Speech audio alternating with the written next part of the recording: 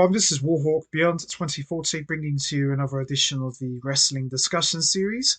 And July 15th, 2002 marks 21 years ago that Eric Bischoff made his WWE debut when he was introduced as the new Raw General Manager by Vince McMahon. And for today's edition, I am going to be talking about the success and failures of Eric Bischoff's Raw GM run from July 2002 to December 2005. Now, everybody remembers back in the Monday Night Wars, it was WWF Raw going head to head every week in the ratings against WCW Nitro. And one of the key figures of the Monday Night Wars was, of course, Eric Bischoff, who was the vice president of WCW. And every week, WWF Raw and WCW Nitro would do everything they could to try and one up one another in the hopes of being the best wrestling show on television. Now, WCW Nitro absolutely wiped the floor with WWF Raw in the ratings for 84 straight weeks. That's absolutely insane. And one of the keys to that success was Eric Bischoff. Eric Bischoff, although not a trained wrestler, he was the slimy boss that you wanted to punch in the mouth. Whereas Vince McMahon, on the other hand, he was the man you love to hate. Bischoff was like that, but in a different way. Vince McMahon wasn't afraid to fight dirty, but Eric Bischoff wasn't afraid to get dirtier when he needed to. He wasn't afraid to take shortcuts to ensure that his show was better than Vince McMahon's. Bischoff used to pull stunts like giving away spoilers on live television before Raw would go on the air. He would have former champions come to his show and throw the title in the trash bin. All sorts of little stunts that Bischoff would do to make sure that he was number one. And of course, Eric Bischoff was a huge part of the whole NWO angle and was a key part in Hulk Hogan turning heel and becoming Hollywood Hogan. There was no question that Eric Bischoff didn't care about making friends or not. He was there for one thing and one thing only: be successful. And more importantly, make loads of money. So after WCW Nitro finally lost the ratings war in the Monday Night Wars and the company was bought up by WWF, Eric Bischoff would shock the entire world in July 2002 on the 15th edition of Raw when Vince McMahon brought in Eric Bischoff as the new Raw General Manager, and the two former enemies hugged and embraced one another, which made for a very shocking moment in wrestling history because Bischoff and McMahon absolutely despised one another. They used to take dirty shots at one another on television, more so Bischoff. Bischoff would even publicly call out Vince McMahon for a fight. And of course, Vince McMahon, being not the idiot that he is, he's not going to show up on WCW Nitro television. And Bischoff would say things like, oh, Vince McMahon's a coward. He doesn't want to fight me. So to have Bischoff run Raw, essentially working for his former enemy, was very weird, but at the same time, very interesting. And Bischoff, I thought, was an excellent GM for Raw. He was definitely the perfect heel authority figure. And as I said, he wasn't afraid to take shortcuts to ensure that he was the best. And, Bischoff, he was instrumental in the heels getting over on Raw. And essentially, you had the faces going up against Bischoff, trying to stop the boss from running wild. So Bischoff was perfect in that role and a very clever guy. love him or hate him, Bischoff is a very clever guy. He's good at his job and he gets results. And he definitely did that with Raw. And he was the Raw general manager for 3 years.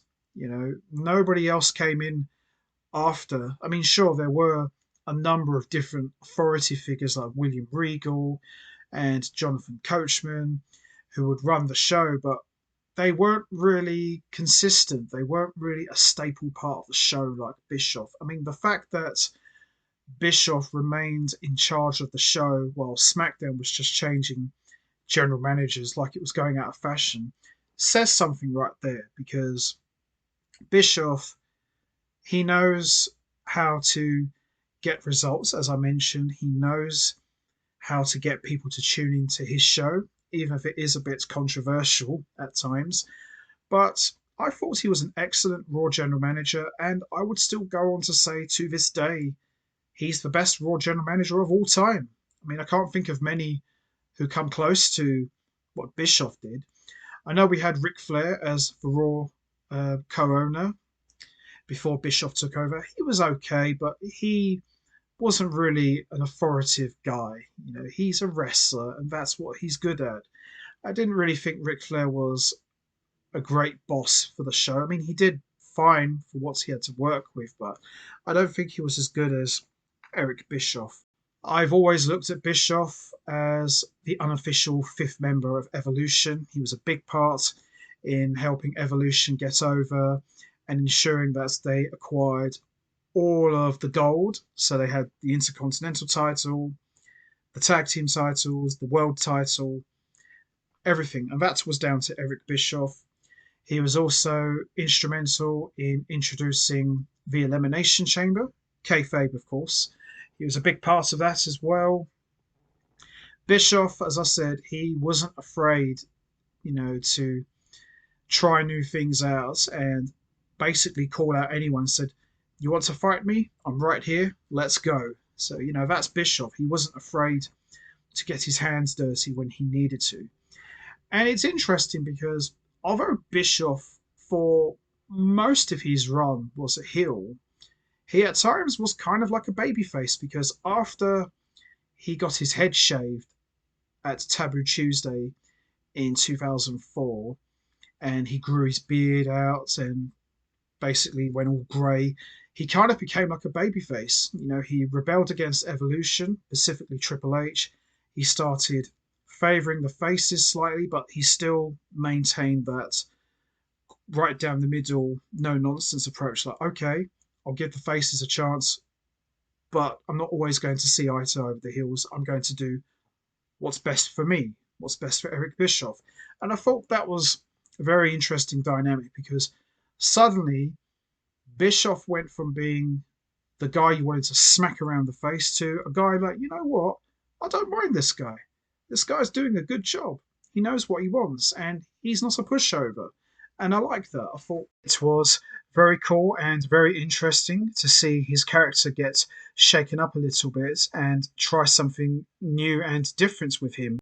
And of course, he was a big part in the whole Team Austin versus Team Bischoff Survivor Series elimination match. I thought Bischoff was really at his peak as the heel general manager of Raw. He was, as I said, favouring Evolution, favouring Chris Jericho, Mark Henry, Christian, all these different heels.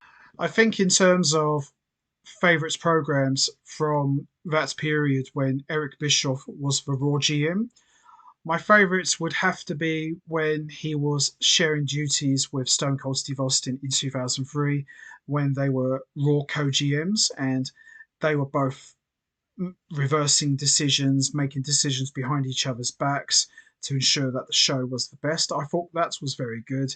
And the angles he had with Stephanie McMahon and bringing in 3 minutes warning on SmackDown to take out Billy and Chuck and giving a devastating Samoan drop to Stephanie. I thought that was very good. And that really made the brand war feel very personal. I've really enjoyed that a lot. And probably my all time favourites out of everything was working with Evolution as an unofficial fifth member. I loved that stuff. I thought that was very well done. I'm very surprised they didn't just flat out make him a proper member of Evolution. But then I think that probably would have copied too much of the NWO. But I still think it would have been very cool. But what we did get out of it was a lot of fun, and it made for some great promos and some great moments seeing the biggest heel authority figure on Raw working with the biggest heel faction on Raw in Evolution. I just thought it made for a very interesting time, and it allowed the baby faces to step up and try and put a stop to Evolution and Eric Bischoff. So that was probably my all-time favorite period of Bischoff's run during his time as the Raw general manager, in my opinion. Triple H may have been the biggest heel on Raw during his reign of terror, but I would definitely put Eric Bischoff up there with him in a different way, of course. But he was definitely up there with Triple H as the guy you didn't want to cross. And also, he had a feud with John Cena, which, yeah, I think they were trying to recreate the whole Austin McMahon thing, the face going up against the system. It was okay for what it was, but I don't think it quite captured the magic that Austin McMahon did back in the Attitude Era. Don't think they quite had the chemistry that Austin and McMahon had. But still, Bischoff was doing lots of good stuff, and his Raw run would come to an end in December 2005 when he was fired by Vince McMahon, the same guy who introduced him in the first place. And Bischoff was pretty much gone from TV. He would make a few appearances here and there. He would come back in 2006 to promote his Controversy Creates Cash. He would help Rated RKO a little bit here and there during their feud against DX. But by and large, Bischoff was pretty much gone after that. And as I said earlier, the fact that they brought in guys like William Regal and Jonathan Coachman, as great as they were, I don't think they captured the magic that Bischoff was. He was the perfect heel figure, authority figure, to go up against the faces every week. And I loved it. I thought Bischoff was an excellent Raw GM. And to this day, no one's come close to that. I think Bischoff is the man. And, just like his book says, controversy creates cash. And Bischoff was definitely good at that. Now, in terms of the success and failures of Eric Bischoff's Raw GM run from 2002 to 2005, a complete success, absolutely. No question about it. An absolute complete success. I do wish they kept him on for another year, maybe throughout 2006, because I definitely felt that the show needed him. And it would have been interesting to see him feuding with DX. I think that would have been quite cool. And maybe favouring Rated RKO. Maybe he could have become their manager for a little while, having the boss in their back pocket. I think that would have been interesting, but I won't argue with the success that Bischoff brought to Raw, and the fact that they couldn't get anyone else to replicate that speaks lots of volumes there. But yeah, I loved it. I thought it was a complete success. Eric Bischoff, still to this day, the best general manager for Raw of all time, period. No question about it. So that's going to be it from me. I am going to wrap this up now. What was your thoughts on Eric Bischoff's Raw GM run from 2002 to 2005? Did you enjoy it? Do you think he was a good Raw general manager? Do you think the show lost some of its magic after he was gone? What was your favourite programs from that period?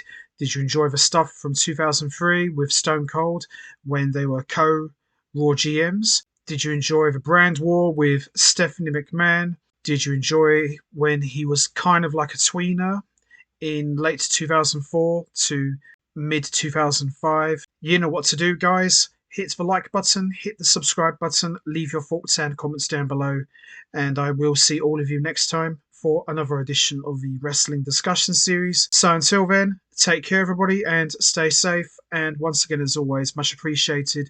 Thanks for listening.